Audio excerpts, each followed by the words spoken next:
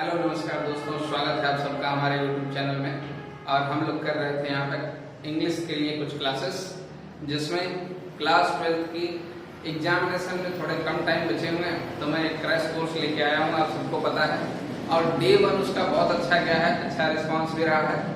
और मैं प्रतिदिन आप लोगों को होमवर्क के रूप में 10 idioms present, 10 one word substitute और एक ट्रांसलेशन देता हूँ। ठीक, तो लास्ट वाले में तो हमने केवल ट्रांसलेशन ही दे रखा था, बाकी चीजें नहीं दे रखी थी। लेकिन आज से क्लास और ज्यादा इंटरेस्टिंग होने वाली है। आप लोग वीडियो में बने रहिएगा लास्ट तक, आप देखेंगे बहुत कुछ सीख के जाएंगे, ये मेरा वादा है आप लोगों से। और जो लास्ट क्लास हम लोगों ने ली थी, उस लास्ट क्लास में हमने कुछ आप लोगों को होमवर्क दिया था, एक ट्रांसलेशन था। क्योंकि मैं लास्ट क्लास में टेंस पढ़ा रहा था और टेंस में प्रेजेंट इंडेफिनिट टेंस ही पढ़ाया था, तो मैंने पूरी एक स्टोरी प्रेजेंट इंडेफिनिट टेंस पर ही आपको दे रखी है। ठीक, तो प्रेजेंट इंडेफिनिट टेंस के ऊपर जो स्टोरी थी उसका ट्रांसलेशन आज इंग्लिश में मैंने यहाँ बोर्ड पे लिख दिया। देखिए आप लोग, इधर बोर्ड पे है और आप लोग इसका स्क्रीनशॉट ले लीजिए और चेक कर लीजिए कि क्या आपने भी करेक्ट बनाया है। आइए देखते हैं अब स्टोरी क्या है। स्टोरी का ट्रांसलेशन तो आपने कर लिया और उसको आपने चेक भी कर लिया। तो देखिए, हम लोग प्रेजेंट इंडेफिनिट टेंस कर रहे थे। ठीक, प्रेजेंट टेंस किए थे। प्रेजेंट के अंदर प्रेजेंट इंडेफिनिट टेंस हम लोगों का कंप्लीट हो गया था। अब हमारा टॉपिक है प्रेजेंट कंटीन्यूअस टेंस। ठीक, प्रेजेंट कंटीन्यूअस टेंस के लिए वाक्यों को, हिंदी में लिखे हुए वाक्यों को पहचाने कैसे, ये क्लास 6-7 से ही आपको पढ़ाते आ रहे हैं लोग और बताते आ रहे हैं। लेकिन 80% केस में ये सही भी रहता है, 20% केस में दूसरे वर्ड्स आ जाते हैं। ठीक, तो उनका आगे स्पेशल रूल का जब मैं जिक्र करूंगा तो उस टाइम बता दूंगा। अभी हम लोग इसको देखते हैं। देखिए, प्रेजेंट कंटीन्यूअस टेंस। अच्छा, कंटीन्यूअस है ना, तो कोई चीज लगातार को दो और नाम से जाना जाता है। ठीक, एक को बोला जाता है कंटीन्यूअस को इम्परफेक्ट टेंस। इम्परफेक्ट क्योंकि अभी पूरा नहीं हुआ है कार्य। ठीक, और दूसरा कंटीन्यूअस को बोला जाता है प्रोग्रेसिव। प्रोग्रेसिव मतलब अभी चल रहा है। कैसे, एक एग्जांपल से मैं समझाता हूँ। यहाँ देखिए, मैंने एक एग्जांपल लिखा है, हम बाजार जा रहे हैं। मतलब हम बाजार तो नहीं पहुंचे हैं, हम बाजार क्या कर रहे हैं, अभी जा रहे हैं। तो ये प्रोग्रेसिव है ना, कि हम बाजार जा रहे हैं। और एक चीज और भी आप इससे निष्कर्ष निकाल सकते हैं, कंक्लूजन, कि इम्परफेक्ट यानी कंटीन्यूअस जो चीज है वो अभी पूरी नहीं हुई है। तो जो चीज पूरी नहीं हो उस टाइम को क्या बोलते हैं हम लोग, इम्परफेक्ट, है ना। तो इसे प्रेजेंट इम्परफेक्ट टेंस या फिर प्रेजेंट प्रोग्रेसिव टेंस के नाम से भी जानते हैं, प्रेजेंट कंटीन्यूअस को। ठीक, अब देखिए यहाँ पे लिखा है हम बाजार जा रहे हैं, तो क्या काम पूरा हो गया है, कार्य पूरा नहीं हुआ है, अभी हम बाजार जा ही रहे हैं, है ना। तो जब जा रहे हैं तो इम्परफेक्ट है, और काम कंप्लीट हो गया होता तो परफेक्ट हो गया होता। ठीक, इस केस की वजह से कंटीन्यूअस को बोलते हैं इम्परफेक्ट और प्रोग्रेसिव, यानी दो और नाम है, आप लोग थोड़ा सा ध्यान रखिए। अब आइए देखते हैं इसकी पहचान कैसे करें। तो देखिए, हमने लिखा है इस टेंस के वाक्यों में मुख्य क्रिया के साथ रहा है, रही है, रहे हैं, रहा इत्यादि आता है। तो आप जब ट्रांसलेशन बनाओगे ना, देन यू विल फाइंड कि 80% जो स्टोरी बनी होगी या फिर जो सेंटेंस दिया होगा आपको हिंदी में, उस सेंटेंस के लास्ट के वर्ड में रहा, रही, रहे और ये है के साथ आ रहा होगा। ठीक है, जैसे रहा है, रही है, रहे हैं, 80%। लेकिन हमेशा ऐसा ही नहीं रहेगा कि प्रेजेंट कंटीन्यूअस का अगर सेंटेंस है तो हर बार उसमें रहा, रही आ रहा हो, ऐसा भी कोई कंपल्सन नहीं है। ठीक, लेकिन 80% केस में ऐसा होता है। देखिए, इसको ट्रांसलेट करने के एक बेसिक से फॉर्मूले हैं। फॉर्मूला आप जानते हैं, सबसे पहले हम सब्जेक्ट को रखते हैं, सब्जेक्ट के साथ फिर इज, एम, आर को रखते हैं, फिर वर्ब का आईएनजी फॉर्म रखते हैं, फिर ऑब्जेक्ट को रखते हैं। आप जानते हैं, इस बात को पढ़ चुके हैं हम लोग कई बार। देखिए, सब्जेक्ट के बाद फिर हेल्पिंग वर्ब में क्या है हमारे पास, इज, एम, आर, फिर वर्ब का आईएनजी फॉर्म, फिर ऑब्जेक्ट, फिर अदर वर्ड आ जाते हैं कि इसके अलावा भी कुछ शब्द हो तो अदर वर्ड भी आ जाते हैं। ठीक, देखिए इज कब आता है, इज आता है थर्ड पर्सन के साथ। थर्ड पर्सन का मतलब ही, सी, इट और नेम के साथ, है ना। एम कब आता है? एम केवल और केवल आई के लिए आता है, समझ रहे हो आप? एम आई के लिए आता है। आर कब आता है? आर आ जाता है आपका डी के लिए, वी के लिए, और जो भी प्लूरल है, जो भी प्लूरल सब्जेक्ट होगा उन सब के लिए, प्लूरल सब्जेक्ट के लिए इन केस में आर है। तो आपको ये चीज ध्यान रखना है हर बार कि आपको देखना है सब्जेक्ट कैसा है। अगर सब्जेक्ट सिंगुलर है या किसी का नाम है, उस केस में हम इज का यूज कर लेते हैं। सब्जेक्ट अगर आई है, इस केस में हम एम का यूज कर लेते हैं। सब्जेक्ट अगर प्लूरल है जैसे दे, वी, है ना, तो इस वाले केस में हम आर का यूज कर लेते हैं। अब कुछ एक सेंटेंसेस को देखते हैं, बड़ा इंटरेस्टिंग क्लास है, आप लोग समझो थोड़ा सा। देखिए, हम बाजार जा रहे हैं, तो हम कैसा है? हम देखिए, हम मतलब हो सकता है कि एक यूनिटी को शो कर रहा है, कई लोगों की बात हो रही है। अकेले होता तो मैं बोलता, हम है मतलब कुछ और लोग भी हैं साथ में, ठीक। तो हम के लिए आप कौन सा वर्ड यूज करते हो? वी।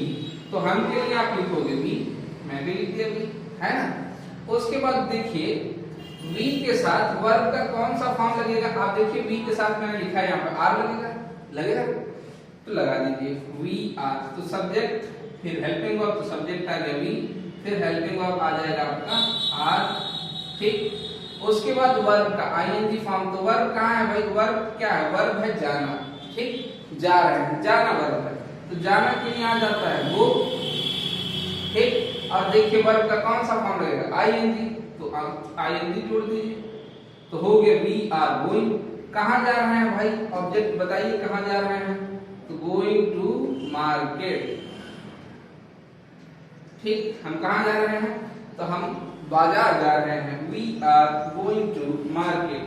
वी मतलब सब्जेक्ट, आर मतलब हेल्पिंग वर्ब, वर्ब का आईएनजी फॉर्म, उसके बाद ऑब्जेक्ट। चीजें क्लियर हो रही हैं?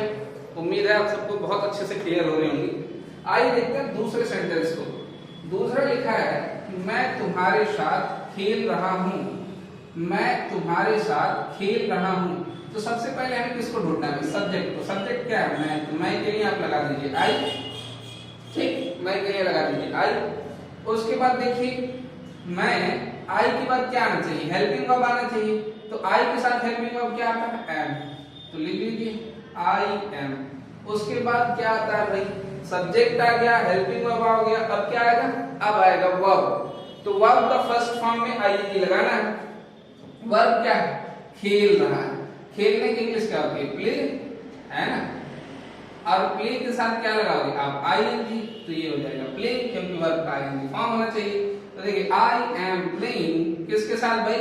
विद यू, तुम्हारे साथ, with you. I am playing with you. समझ आ रहा है? बिल्कुल समझ आ रहा है, ठीक है।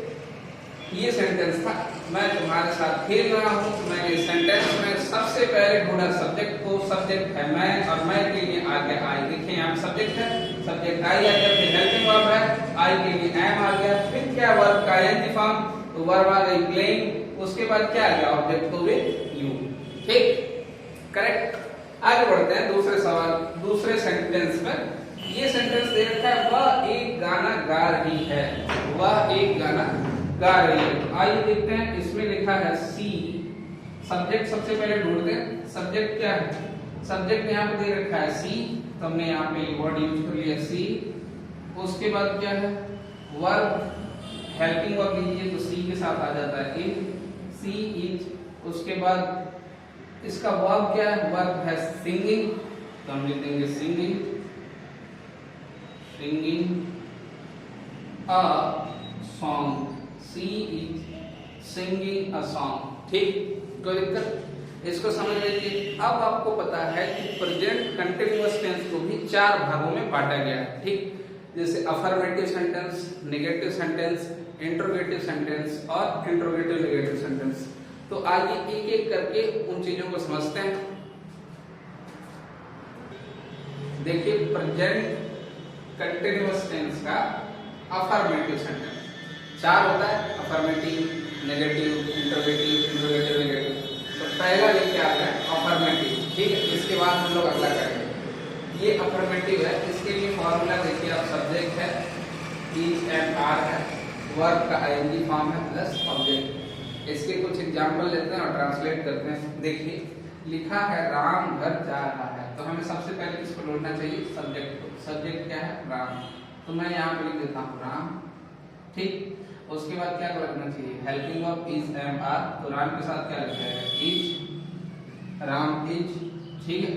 उसके बाद कहाँ जा रहा है भाई? राम का क्या रहा? जा रहा है, तो जाने की इंग्लिश होती है गो, लेकिन वर्ब के साथ क्या लगता है? देखिए पहले तो सब्जेक्ट आ गया, फिर इज एम आर आ गया, फिर वर्ब का आईएनजी फॉर्म, तो गो के साथ आईएनजी लगा दीजिए। गोइंग, कहाँ जा रहा है?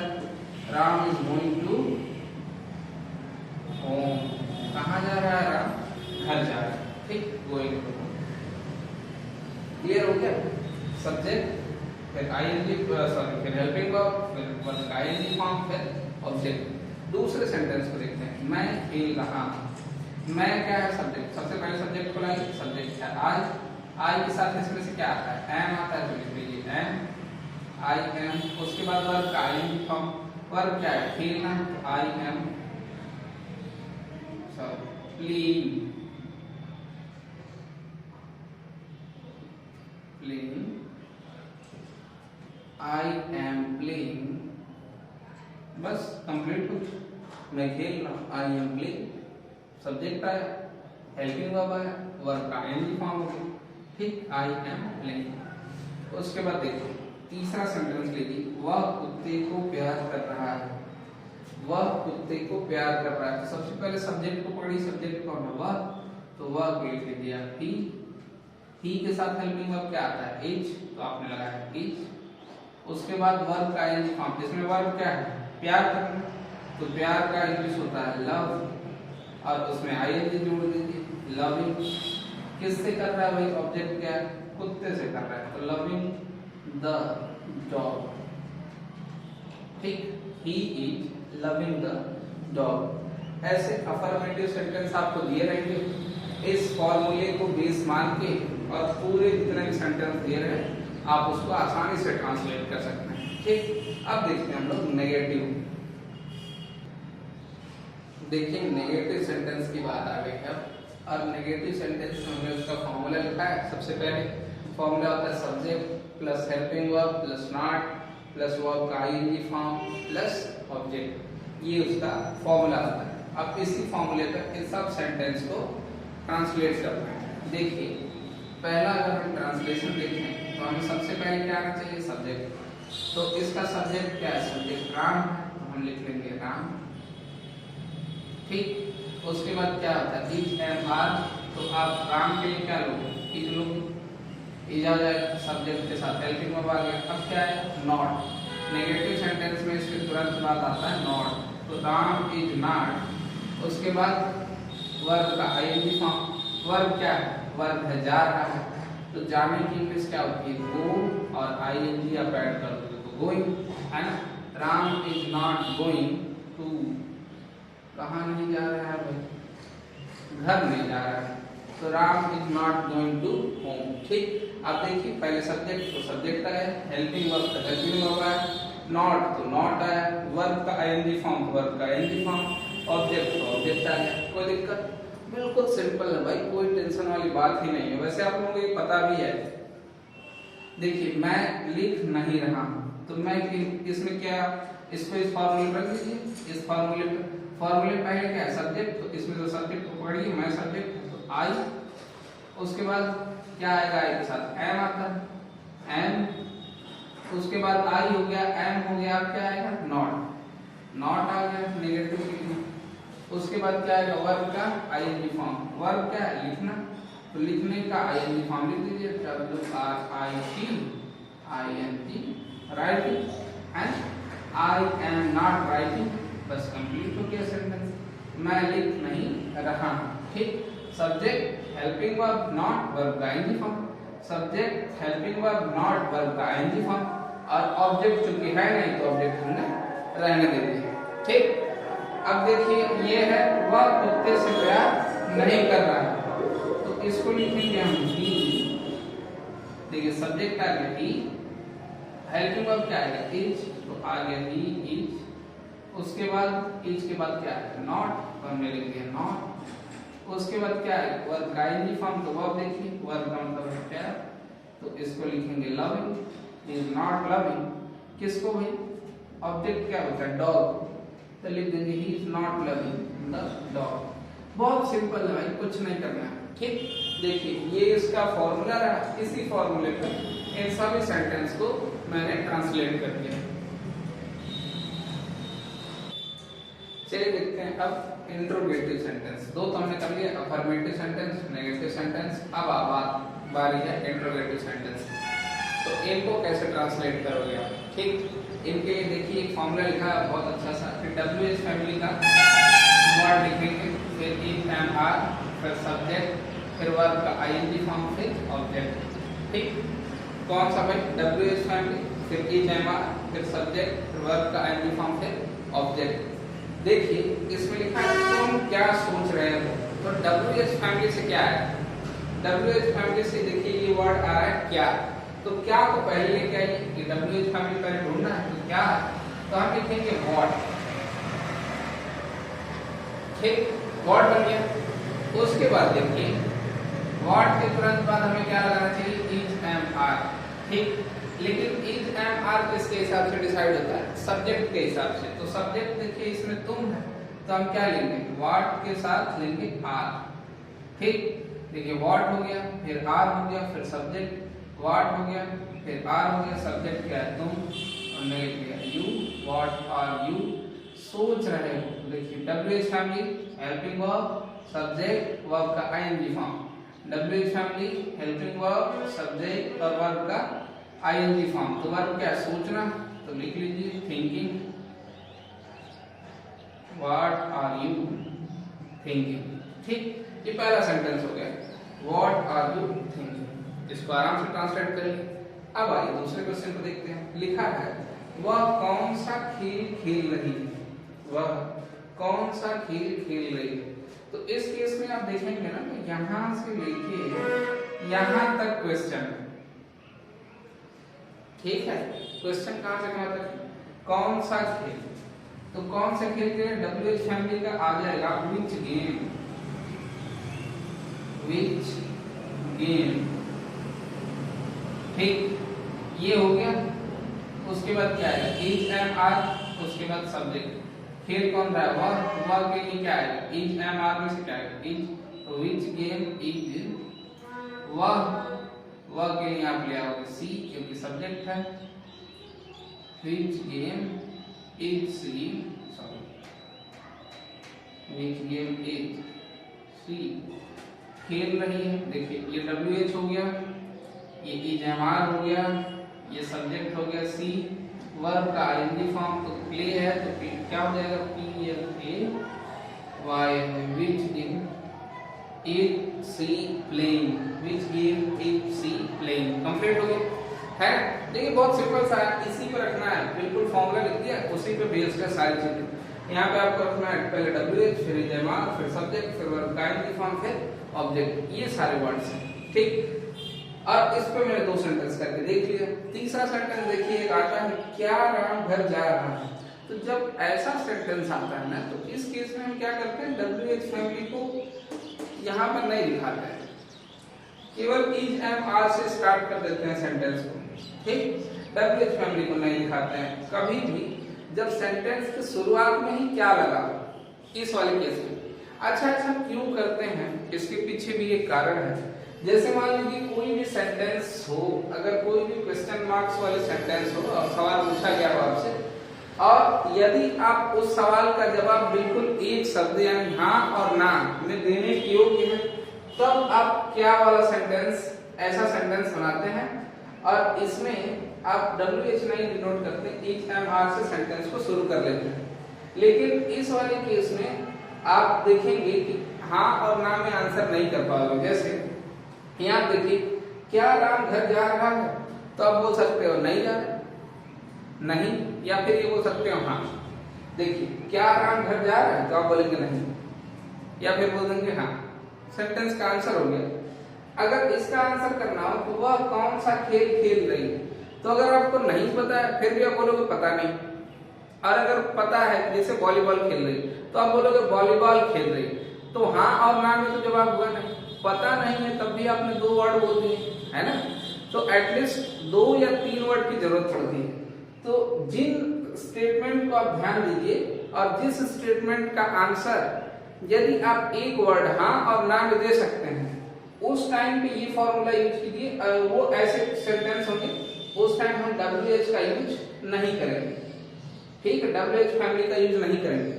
और जिन सभी सेंटेंसों का आप आंसर हाँ और ना में देने के योग्य नहीं है, उस वाले केस में हम WH फैमिली का यूज करेंगे। जैसे ये आप देख लीजिए, पहला तुम क्या सोच रहे हो, तो आप क्या बताओगे, आप आंसर यही तो करोगे, पता नहीं क्या सोच रहा है, तो पता नहीं फिर भी 2 वर्ड हो गया।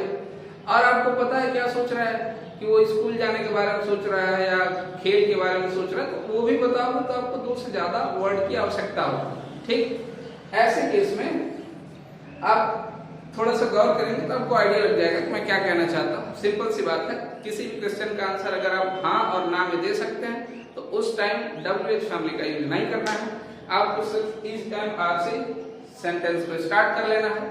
और जिन क्वेश्चंस का आंसर अगर आप हाँ और ना में देने के योग्य नहीं है, उसमें उनसे ज्यादा वर्ड्स आ रहे हैं, इस केस में आप WH फैमिली के वर्ड का यूज करेंगे, ठीक। तो यहाँ पर लास्ट में देखिए, क्या राम घर जा रहा है, तो अब WH को यूज नहीं करेंगे क्योंकि हम हाँ नहीं एक शब्द में आंसर दे सकते हैं। तो हम यहाँ से स्टार्ट कर लेंगे, सेम टू सेम ऐसे ही रहेगा। तो राम के लिए क्या आएगा, इज, उसके बाद सब्जेक्ट क्या है, राम, इज राम। उसके बाद वर्ब का ING फॉर्म क्या होता है, गोइंग, इज राम गोइंग। उसके बाद कहाँ जा रहा है, to home, is Ram going to home, ठीक। कोई दिक्कत नहीं, ये सिंपल सा था। अब देखते हैं हम लोग